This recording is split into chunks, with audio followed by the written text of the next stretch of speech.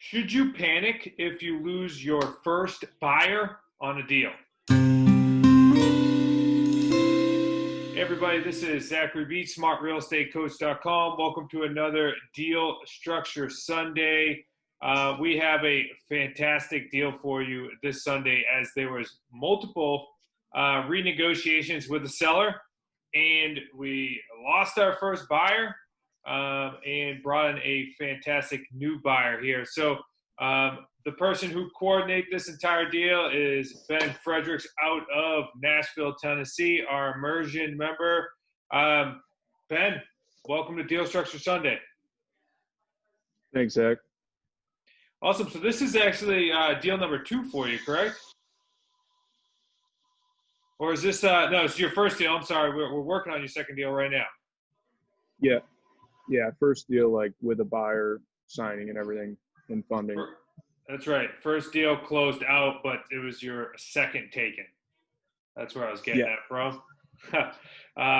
Ben, you've obviously had a great start to your real estate career here, and we're gonna dive into this deal because we're able to get a 6-figure deposit on an AO, which is, I wouldn't say isn't always likely, but especially the situations that we went through this deal made this a very, very satisfying win, as this deal lasted quite a long period of time. So, all right, Ben, let's start with the basics here. What was the source of this deal? So the way I found this lead, it was an expired slide broadcast I sent out back in, I think it was May or June of last year. Guy called me back. He said he's still looking to sell his house, and he just had it listed with a real estate agent, and they weren't able to sell it for him. So I talked to him a little bit, asked him kind of, what his thoughts were, and kind of explained the whole concept to him, the different options we'd have. And he decided, going the AO route would be best for him, because he's, a banker, he's a really smart guy, and he's a numbers guy, and he wanted to, net the most on his property. So that's the route he decided to go, and that's what we kind of finalized with him. Well, yeah, what we did was we presented all options, and we figured that the AO was the best route to go because we were trying to solve the seller's problem, and that's the best way to solve it. As we dive into this deal a little further, so it's an AO deal, and our term we expected to get for him was roughly what? So the term we were looking for was 24 months. That's what we ended up getting for him. Okay, let's talk about the original, because we ended up renegotiating this deal a couple times, and that is definitely a test to your communication with the seller. Because when we were talking offline, you were saying, hey, I had a 90-day contingency, but I continued to speak with the seller, and he said to continue to market the property. Tell me about that conversation, because I think it's super helpful for anyone watching. Yeah, I think like from the start, when I first met him at the property, I think I built a good amount of rapport with him, and I was able to keep in contact with him throughout the entire process. We probably spoke every 2 weeks. He was just checking in, seeing how things were going. I'd update him on different, leads we had that were going into the house, but he definitely saw the amount of traction we were bringing in. And when the term actually ended, the 3 months that we were able to market it for, I went back to him and I said, we can continue listing it if that's what you want us to do, but it's really up to you. We don't really have the ability to continue listing it unless you give us the go ahead. And he was just like, you know what, you guys have been doing a great job, just keep listing it. And so luckily he allowed us an additional 2 months to go out and find a buyer, and we're able to find one. Yeah, just so those are out there that aren't slightly confused, when we say list it means just market the property because we have equitable interest in the home. not listing it as if we're realtors, because we're definitely not realtors. Okay, excellent. And what was the original purchase price that you agreed upon with the seller? So the original price that we agreed on up front was 720. So that was his number. He was looking to net the whole time. He didn't really want to go below that. So that was the original bottom line purchase price. Yeah, and originally we were selling it for how much? We're going to sell it for 765.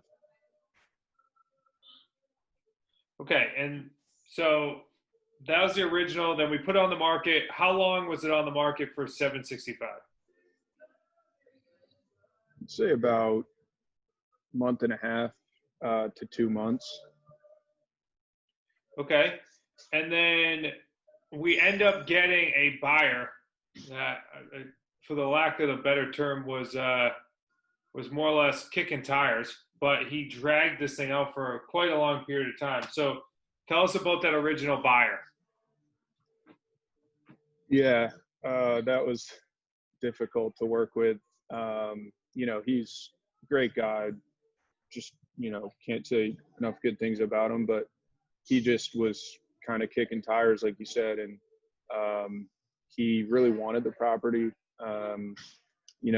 but we were just kind of, negotiating on the price. He wanted to get that down, which I understand. We're all trying to get a better deal out of something, but it just got too difficult to kind of work out the numbers with him.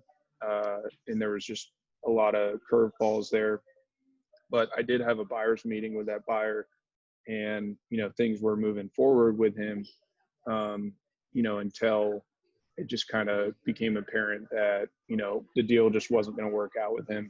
So we actually ended up getting a better buyer in there at the end of the day. Yeah, let's stop it right there, because a lot of people would be super discouraged. And this is your first deal that you've completed all the way to the finish line. So we went back and forth quite often. Actually, me, Chris, and Nick all helped you with some aspect of this deal. It was a full team effort. It was a lot of fun. So you have a buyer. You have a buyer's meeting. He actually says he has what, like $100,000 down, $75,000 down. It was a significant amount of money. Yeah, he had 75,000 down, that buyer. Yep. And you had the buyer's meeting. So at one point in time, we actually thought this was a wrapped up deal. Actually, multiple times we thought this was a wrapped up deal.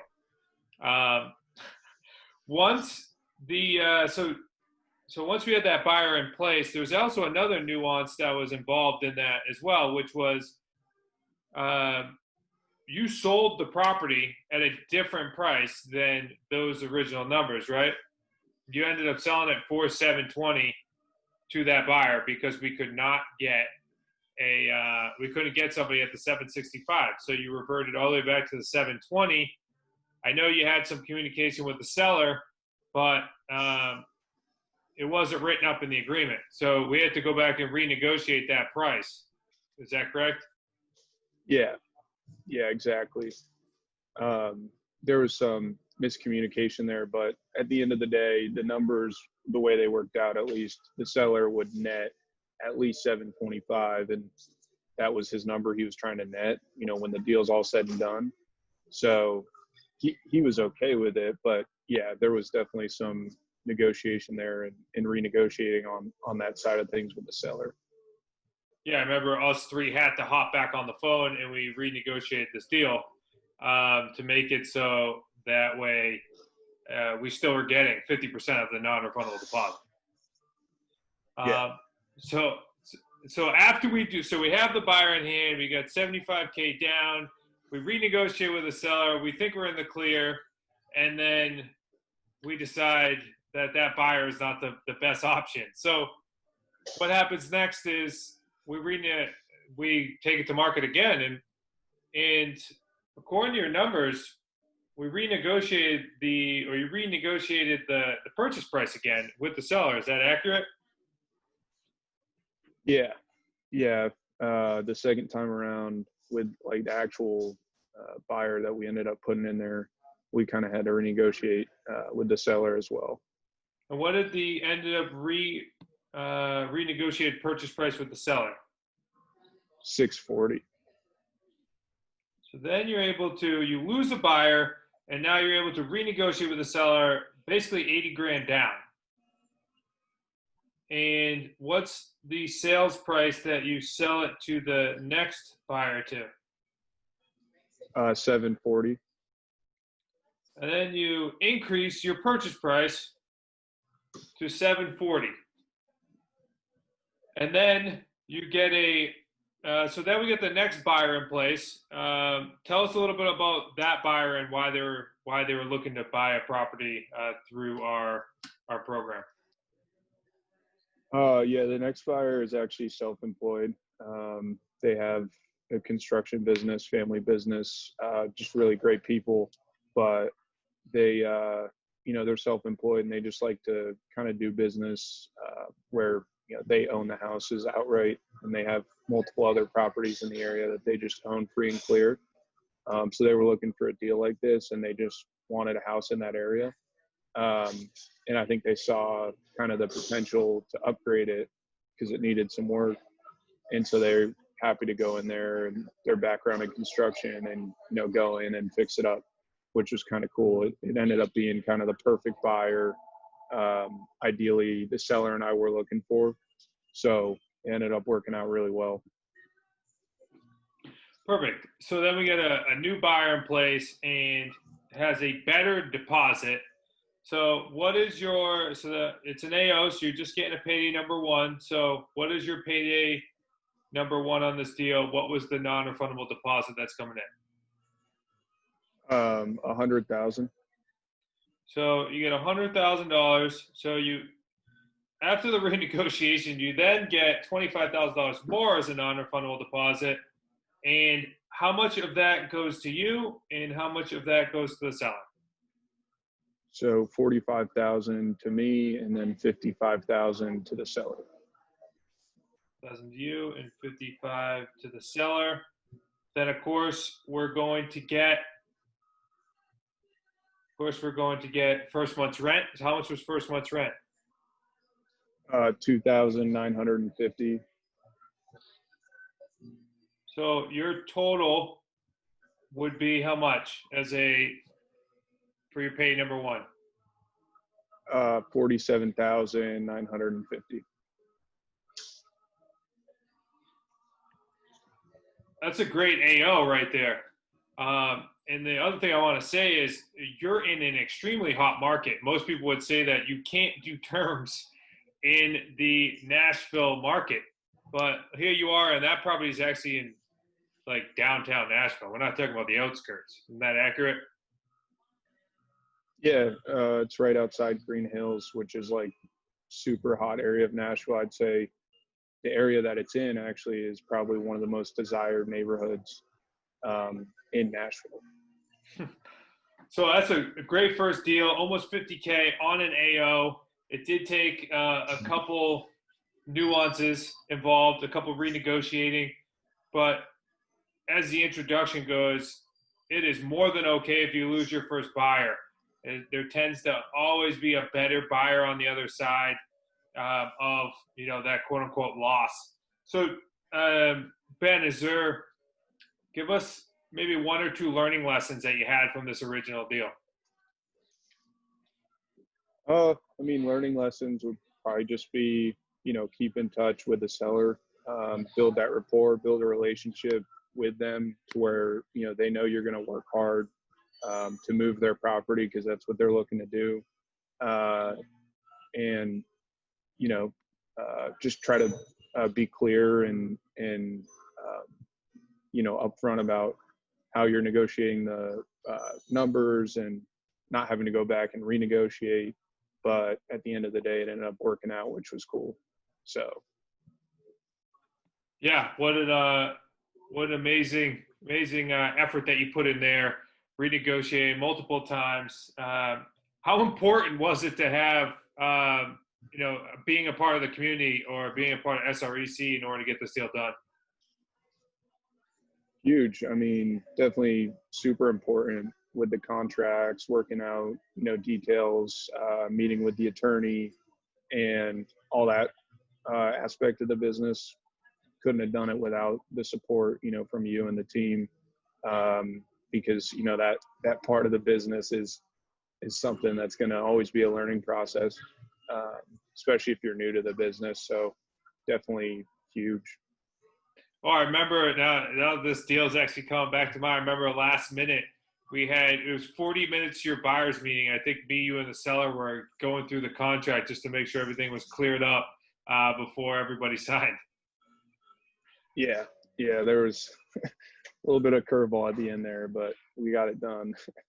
It looks like multiple curveballs. What a good deal, though. I'm glad that you were able to get that first underneath your belt. You definitely deserve it. Fantastic deal structure. Ben, thanks for coming on. Absolutely.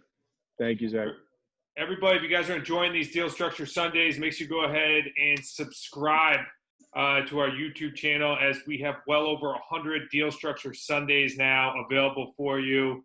That way you can see all the nuances, all of the curveballs that we go through on these deals, because most of them are not cookie cutter. So thanks again, Ben, for a fantastic deal. Another win for the Wicked Smart community. Everybody have a fantastic Sunday. We'll see you next week.